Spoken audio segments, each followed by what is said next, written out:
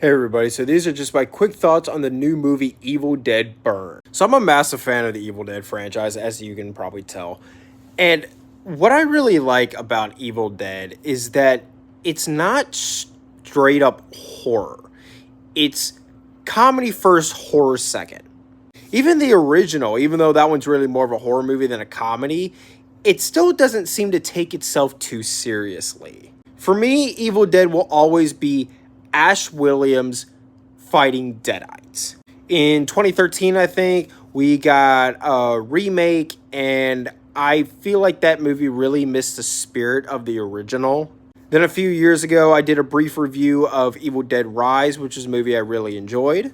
And now we have this movie, which is a sequel to that one. It's all new characters, all new place, but it takes place in the same universe. My thing is about these new Evil Dead movies is that they are good, but they miss the spirit of what Evil Dead truly is. To me, like I said, Evil Dead is Ash Williams fighting Deadites. It's cool and witty one-liners. It's comedy.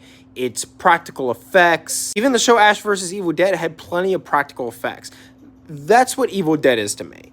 And while these new Evil Dead movies are very good and very competent, to me, they aren't really Evil Dead. Now, this new movie, I think, is a very respectable follow-up to Evil Dead Rise. Even though I think I like Evil Dead Rise a little bit better, this is a very worthy sequel to that. The special effects in this movie, real and unreal, are excellent. This movie is bloody and disgusting, and if you're not into that sort of thing, you're not going to like this movie. But if you're a horror geek, I think you're going to really get a kick out of this. The characters are not great. They are more there to serve the plot. You're not going to stand up and cheer for these guys like you would Ash Williams. The movie delves into some really real topics such as domestic violence and dementia. There's a scene involving a dog that I think is probably going to piss off PETA pretty hard. But this movie doesn't pull any punches at all.